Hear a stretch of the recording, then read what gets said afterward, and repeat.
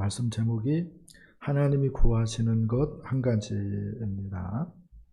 하나님이 구하시는 것 한 가지, 이런 제목으로 하나님 말씀 듣도록 하겠습니다. 새해가 밝았죠.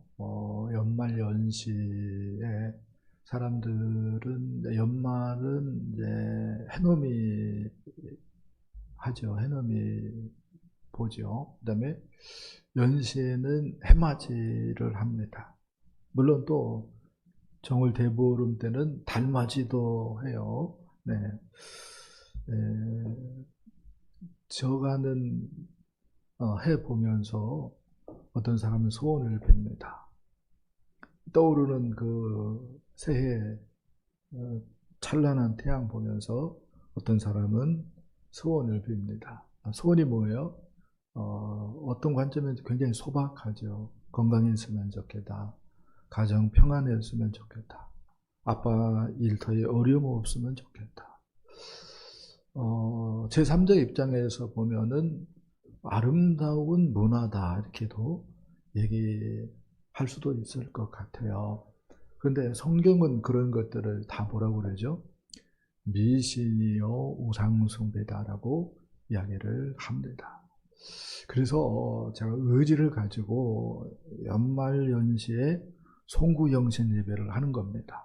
그거 안 하면은 아무 생각 없이 놈들이 하니까 그냥 뭐예요, 정동진 간다든지 가지고 떠오르는 해에게 소원을 빌어요. 그러면 해가 진짜 생물이면 놀래 자빠져서 떠다가 말아버릴 것 같아. 근데 그렇게 한다 이거예요. 그래서 그건 아니다라고 하는 생각이 들기 때문에 송구영신 예배를 하는 것입니다. 우리 민족은 뭐 예로부터 여러 풍속이 있었던 것 같아요. 동네 입구에 큰 고목에 혹은 돌탑에 소원을 빌기도 했습니다. 당상나무죠. 그 다음에 더 안타까운 것은 도사들의 그림이나 글귀를 몸에 지니고 다니고 혹은 문지방 위에 붙여놓고 소원이 이루어지기를 원했습니다. 그게 뭐예요? 부족이죠. 부족. 그러나 이런 것들은 다 뭐예요? 우상숭배하는 것입니다. 미신입니다. 복을 불러오는 것이 아니라 뭘 불러와요? 저주를 불러옵니다. 하나님의 심판을 불러옵니다. 그러면 어떻게 해야 됩니까? 할 때에 성경은 뭐라고 얘기를 합니까? 모든 천지 만물을 지으시고 홀로 다스리는 분이 있는데 누구다? 하나님이다. 그 하나님이 어디에서 모든 것을 다스리십니까? 하늘 보좌에서. 예수님께서 우리가 믿는 하나님에 대해서 이렇게 말했죠. 하늘에 계신 우리 아버지요. 그렇습니다. 우리 하나님은 하늘에 계시고 하늘 보좌에서 천지 만물을 홀로 다스리십니다. 아멘. 그래서 그 하늘 보좌에 계신 우리 하나님께 나와서 예배하는 것, 큰 의미가 있는 줄 믿습니다. 연말을 보내고 새해를 시작하는 쯤에 예배하는 것, 큰 의미가 있고, 또 새해 첫 번째 주일, 신년 감사주일 우리가 지키고 있는데, 이렇게 신년 첫 번째 주일로 하나님 앞에 감사하면서 예배하는 것은 그 의미가 크다라고 이야기할 수가 있겠습니다. 오늘 말씀은 그런데 그 하늘 보좌에 계신 하나님과 이스라엘 간의 하늘 법정에서의 공방, 옥신각신하는 내용으로 시작이 되어지고 있다라고 말을 할 수가 있겠습니다. 이스라엘은 지금 나라가 기울어가고 있습니다. 회복의 기미가 전혀 보이지 않습니다. 위기 중에 위기를 만났습니다. 하나님, 우리가 위기를 만난 까닭은 무엇입니까? 하나님께 뭐예요? 이스라엘이 뭐하고 있는 거예요? 따져 묻는 것입니다. 따져 묻는 것입니다. 심판장이신 우리 하나님께서, 판사이신 우리 하나님께서 이렇게 얘기합니다. 내 백성아, 내가 무엇을 내게 행하였으며 무슨 일로 너를 괴롭게 하였느냐? 너는 내게 증언하라 라고 말을 합니다. 그러면서 검사, 변호사들로 산이나 골짜기에게 말할 수 있으면 말해보라고 얘기를 합니다. 하나님께서 이스라엘에게 잘못한 것이 1도 없다고 얘기하고 있는 거야. 하나님 법정에서. 그러면서 하나님이 오히려 이스라엘에게 많은 은혜를 베풀었다라고 하는 말씀을 합니다. 먼저 하나님이 이렇게 얘기하죠. 애굽의 종살이에서 내가 이스라엘을 구원해냈다라고 말을 합니다. 생각해 보세요. 힘들고 어려워요. 소망이 없어요. 이런 것보다 애굽에서 종살이하는 것이 더 힘들 것 같아요. 그 다음에 하나님께서 그들을 구원해내고 그냥 손 떼버리는 것이 아니라 모세와 아론과 미리암을 보내 그들을 인도했다고 얘기를 합니다.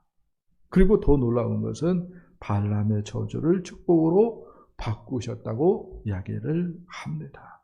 그래서 결과적으로 어떤 관점에서는 자격도 안 되는데 그들을 적과 꿀이 흐르는 가나안으로 인도하셨고 그 가나안을 상속받게 하셨다. 그런 이스라엘이라면은 어떻게 해야 됩니까? 정말로 마음과 뜻과 힘을 다하여서 하나님만 섬겨야 맞죠. 아멘입니까? 그랬냐 이거예요. 그랬냐. 그렇게 하지 않았기 때문에 하나님께서 볼 때에 그렇게 하지 않았기 때문에 지금 힘든 세월을 보내고 있는 거야.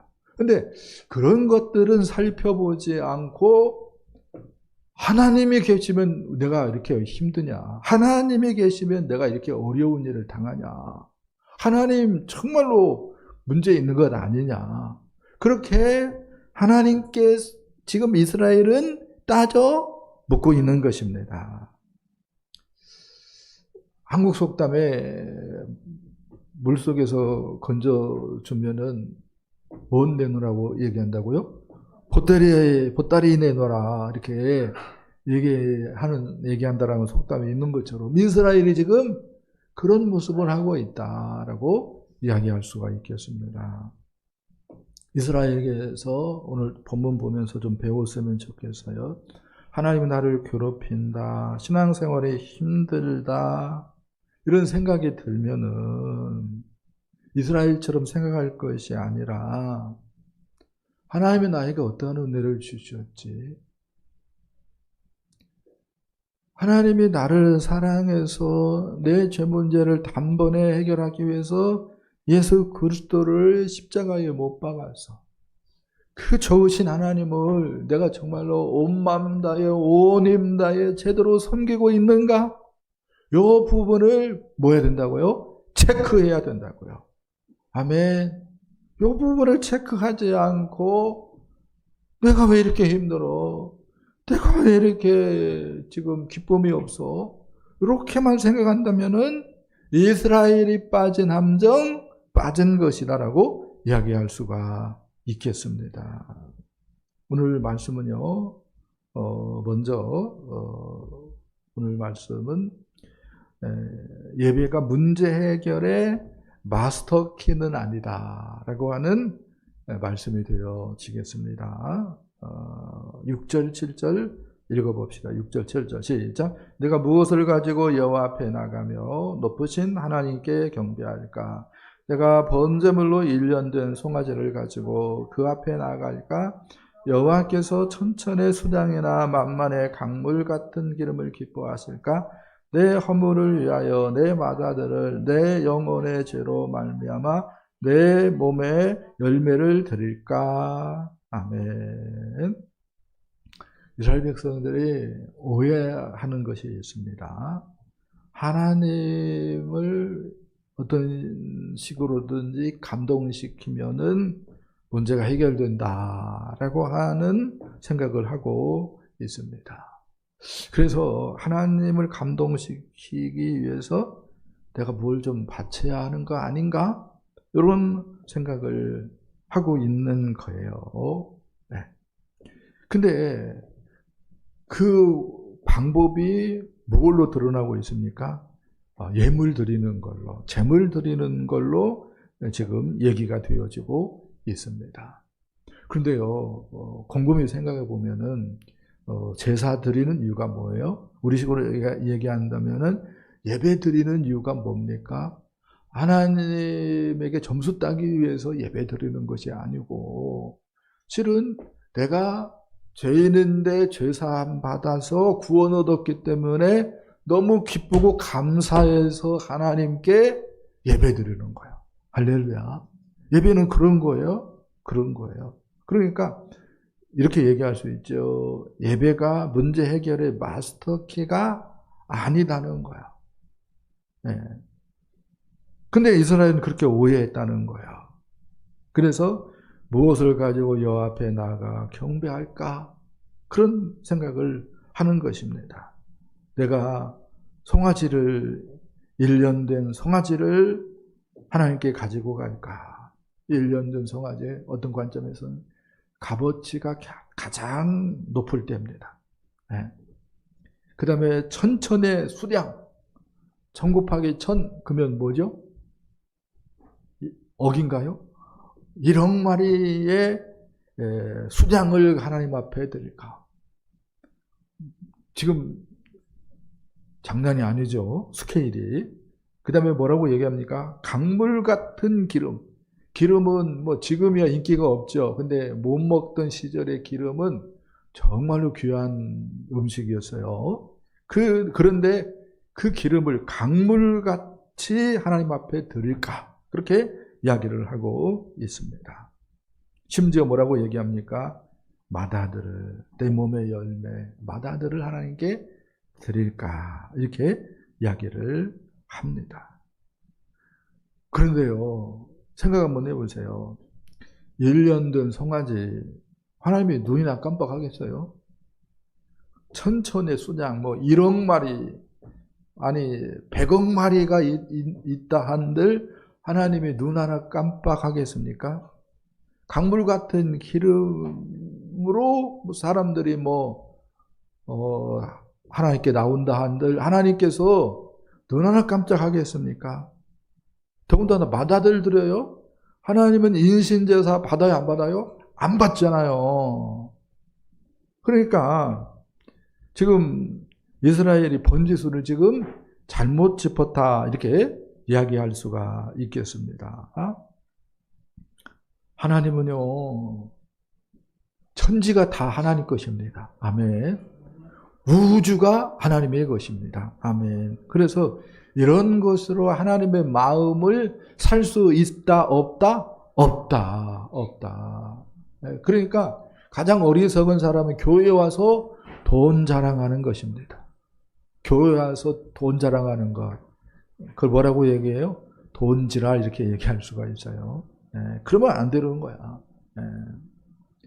우리가 여기서 깨달아요. 하나님은 어떤 분인가 할 때 우리 하나님은 거래의 대상이 아니고 관계의 대상이다라고 말을 할 수가 있겠습니다.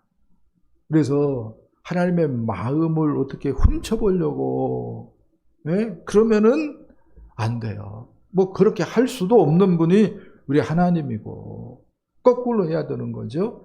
하나님이 정말로 주인이고 할렐루야. 하나님이 정말로 왕인데 내가 그 하나님을 주인으로 정말로 대접하고 있냐? 왕으로 정말로 대접하고 있냐? 그래서 그분의 통치, 그분의 다스림을 잘 받고 있느냐?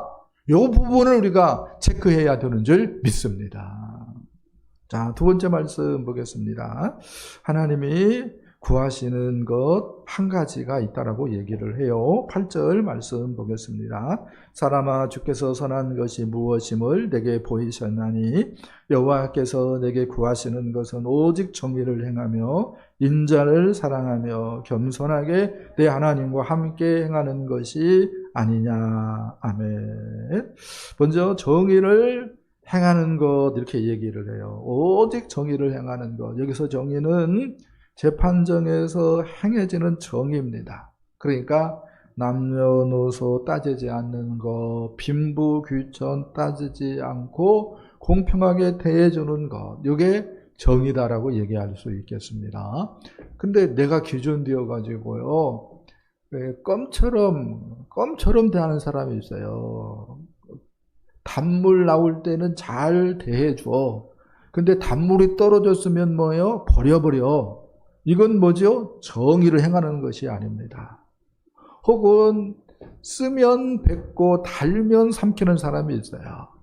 이것도 뭐예요? 정의를 행하는 것이 아니에요. 정의를 행할 수 있기를 축복합니다. 그 다음에 두 번째, 인자를 사랑하는 것 이렇게 얘기를 해요. 인자, 헤세드 이렇게 얘기할 수 있어요. 조건 없는 사랑, 긍휼히 여기는 마음입니다. 그러니까 나에게 아무런 유익이 없어요. 잘 대해줘도. 그런데 뭐예요? 조건 없이 사랑해 주는 거예요. 불쌍히 여겨 주는 거예요.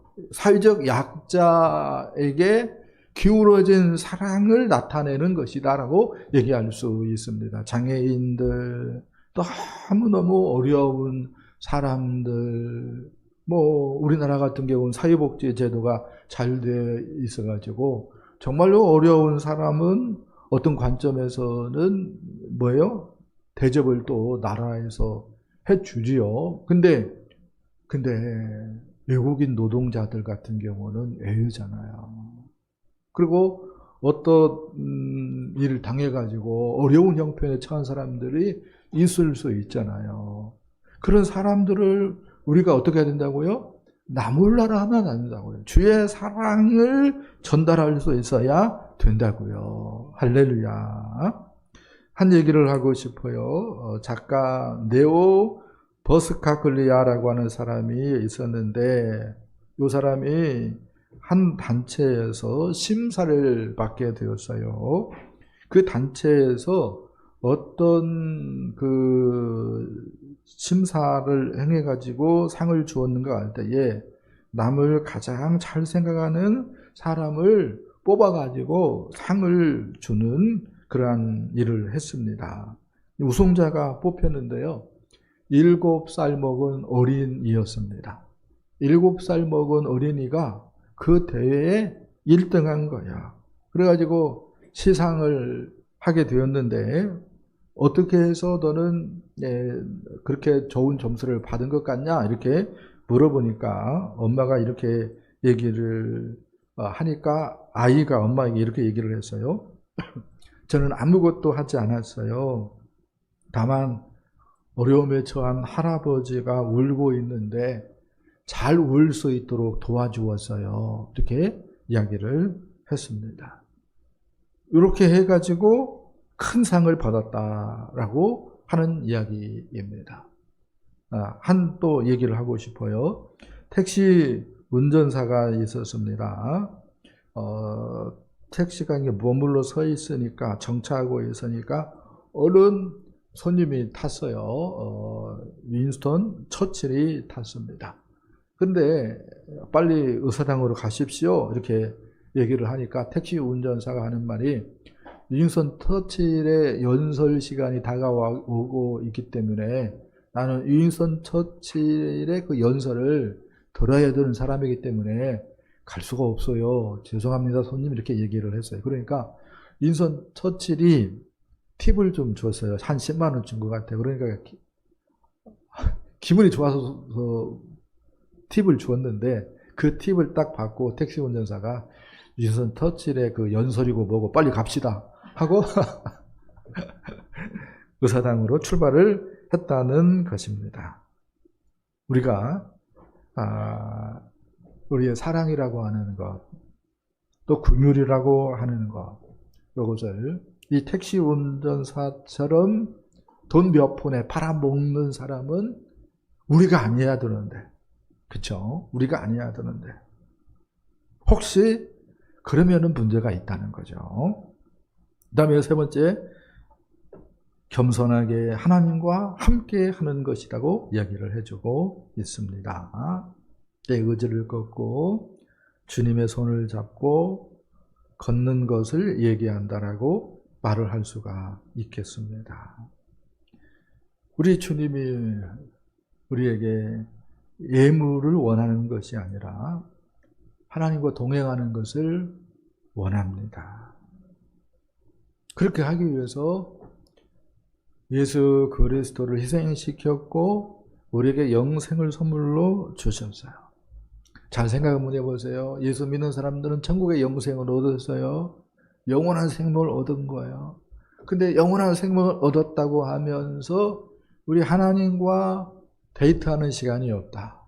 하나님과 동행하는 시간이 없다. 하나님과 산책하는 시간이 없다. 그러면 영생 얻은 사람인데 입 딱 씻는 거잖아요. 영생을 얻었는데. 그러면은 하나님 입장에서 보면은 가관이다. 그런 생각을 할 수밖에 없을 것 같아요. 그래서 하나님께서 우리에게 영생을 주시고 우리에게 원하는 것이 있는데 뭐다고요? 하나님과 동행하는 것입니다. 하나님과 동행하는 것이에요. 어린이가 주일학교에 갔다 왔어요. 그리고 주일학교 선생님이 들려준 이야기를 엄마에게 말을 합니다. 엄마, 에녹과 하나님은 매일매일 산책을 했대요. 근데 하루는 너무 멀리 산책을 간 거예요. 그랬더니 하나님이 에녹에게 이렇게 말을 했어요. 에녹아, 여기까지 오느라고 너무 멀리 왔구나. 생각해 보니까 너희 집보다 우리 집이 더 가까우니까 오늘 그냥 우리 집에서 같이 지내자. 오늘부터 그냥 같이 지내자. 이렇게 얘기를 했대요. 그래서 에녹은 하나님 집으로 갔대요. 이렇게 주일학교 선생님이 얘기를 했다고 어린이가 엄마에게 들려주었습니다. 여러분, 하나님과 동행하는 것이 없는데 어떻게 마지막 날 예수님 영접할 수 있겠습니까? 주님 오시는 날 어떻게 마중 나가서 예수님 영접할 수 있겠습니까? 주님과 동행하는 것이 없는데 어떻게 천국에서 함께 주님과 거닐 수 있겠습니까? 오늘 우리가 예수님과 동행하는 것이 필요한 줄 믿습니다. 자, 세 번째 말씀은 하나님께 마음을 드리는 것이 아주 중요하다라고 하는 말씀이 되어지겠습니다. 이렇게 얘기할 수 있죠. 하나님께 마음을 드린 사람은 뭐 할 수 있어요? 정의를 행할 수 있고, 그 다음에 뭘 할 수 있습니까? 인자, 사랑을 나타낼 수 있고, 하나님과 동행할 수 있습니다. 그런 관점에서 하나님께 마음을 드리는 것은 중요해요. 그러면은 하나님께 마음을 드린 사람의 증표가 있다면 무엇입니까? 할 때에 하나님께 마음을 드린 성도는요, 세상보다 하나님의 말씀을 가까이 합니다. 그러니까 말씀을 안 보고 성경을 안 보고 신앙생활한다. 그럴 수가 없는 거예요. 성경을 보고 읽고 순종하는 것이 신앙생활이에요. 그래서 성경을 덮어놓고 신앙생활을 한다는 것은 성립할 수가 없습니다. 세상보다 하나님의 말씀을 가까이 해야 합니다. 그 다음에 하나님께 마음을 들인 성도의 증표는 하나님의 기쁨을 위해서 물질을 사용한다는 거야. 나만 위해서 혹은 내 식구들만 위해서 돈을 쓴다. 그리고 하나님을 위해서는 쓰는 것이 없다. 이러면은 어떻게 하나님께 마음을 드린 사람이겠습니까? 가족에게 마음을 드린 사람일지언정 하나님께 마음을 드린 사람은 아니다 라고 얘기할 수 있어요. 예수님께서 마태복음 6장 21절에서 보물이 있는 곳에 뭐가 있다? 네 마음도 있다. 이렇게 얘기를 한 이유가 바로 여기에 있다라고 말을 할 수가 있겠습니다. 이렇게 하나님께 마음을 드리는 것이 중요해요. 하나님께 마음을 드릴 때에 하나님 말씀을 순종할 수 있고요. 할렐루야. 하나님의 복을 더욱더 풍성하게 누리게 되는 줄 믿습니다. 그러니까 하나님께 마음을 안 드려요. 그러면은 이스라엘 백성들이 한 것처럼 뭐예요? 막 원망하고 막 하나님 따지는 거예요. 왜? 삶이 더 힘들어지니까. 그렇게 될 수밖에 없죠. 어떤 관점에서는. 예배 시간에 우리가 헌금을 드리는데 이 헌금은요, 오해 안 했으면 좋겠어요. 하나님을 매수하는 수단이 아닙니다. 돈 놓고 돈 먹는 것이 아니에요. 헌금은. 복채도 아니고요. 또 기부 행위도 아닙니다. 그러면 뭡니까 할 때에 하나님과 동행하는 기쁨의 표현이고 감사의 표현이어야 되는 줄 믿습니다. 구원 얻은 것에 대한 감사의 표현이고 하나님과 동행하는 것에 대한 기쁨의 표현이 우리의 헌금이어야 된다라고 말을 할 수가 있겠습니다. 마태복음 21장에 우리 주님께서 무화과나무를 저주하죠. 이유는 열매는 없고 잎만 무성하였기 때문입니다. 잎만 무성하면은 주님이 기뻐하지 않죠. 이렇게 얘기할 수 있어요. 종교적 행위만 몽땅해요. 그런데 마음은 세상에 있어요. 예수님 마음은 전혀 안 닮았어요. 그러면은 잎만 무성한 무화과나무하고 똑같다라고 얘기할 수가 있습니다. 그러면 안 되는 거죠. 한 얘기를 하고 싶어요. 어떤 옛날 얘기입니다. 어떤 사람이 시장에 신발을 사러 가기 원했어요. 근데 정확히 치수가 없었기 때문에, 그때는 치수가 없었나 봐요. 어떻게 할까 하다가 종이에 자기 발을 올려놓고 발의 크기를 본떴습니다. 말하자면은 발 모양의 탁을 뜬 거예요.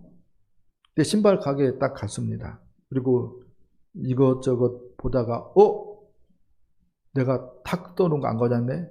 그래가지고 다시 신발 보고 또 몇 개 신어보다가 주인 양반한테 나 신발 내 발 탁 해놓은 거 가져왔었는데 안 가져왔다고, 미안하다고, 얼른 갔다 오겠다고 하고 이제 돌아가는데 친구가 딱 보고 야, 왜 시장에 왔다 그냥 가냐? 그러니까 말을 하는 거예요. 내가 발 탁을 했는데 세상에 그걸 놓고 갔지 뭐야. 그래서 가는 거야. 그랬더니 친구가 하는 말이 야, 그게 뭐가 필요한데 그냥 너 발 가져왔으니까 그냥 맞는 거 넣어봐가지고 맞는 거 신으면 되는 거 아니냐? 이렇게 이야기를 해줬다는 것입니다. 사고의 전환에 안 되면 이렇게 고생하는 거죠. 신앙생활도 사고의 전환이 필요합니다.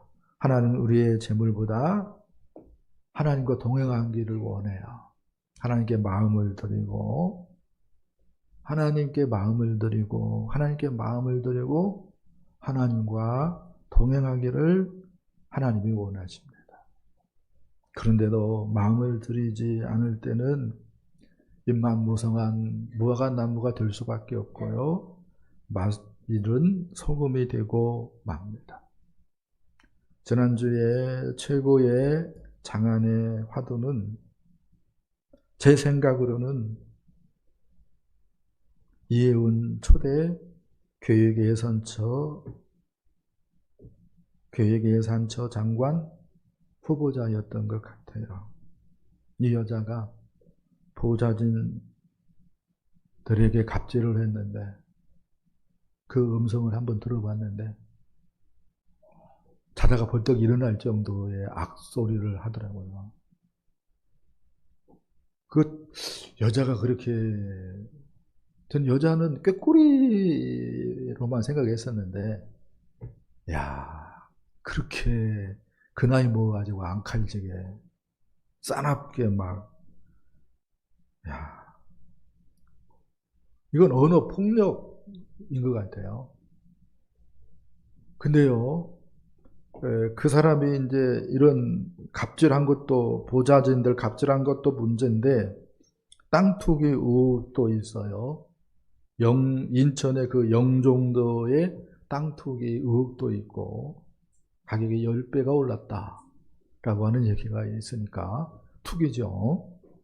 근데 이 사람이 누구죠? 국회의원 3선 했는데, 이 사람이 누구 할 때 서울 사랑의 교회 권사입니다. 그러니까 제 마음이 아픈 거야. 그냥 어떤 교회에 권사만 해도 저는 마음이 안 아플 것 같아. 근데 사랑의 교회 권사라면은 교회 훈련을 나름대로 받았을 것 같다는 생각이 들기 때문에 마음이 아픈 거야. 여러분, 하나님께 마음을 들이지 않고 이것저것 행하잖아요. 이꼴 드는 거예요. 하나님의 영광 가리는 거예요. 입만 무성한 무화과 나무인 거예요. 맛을 잃은 소금인 거예요. 그러니까 사람들에게 밟히잖아요.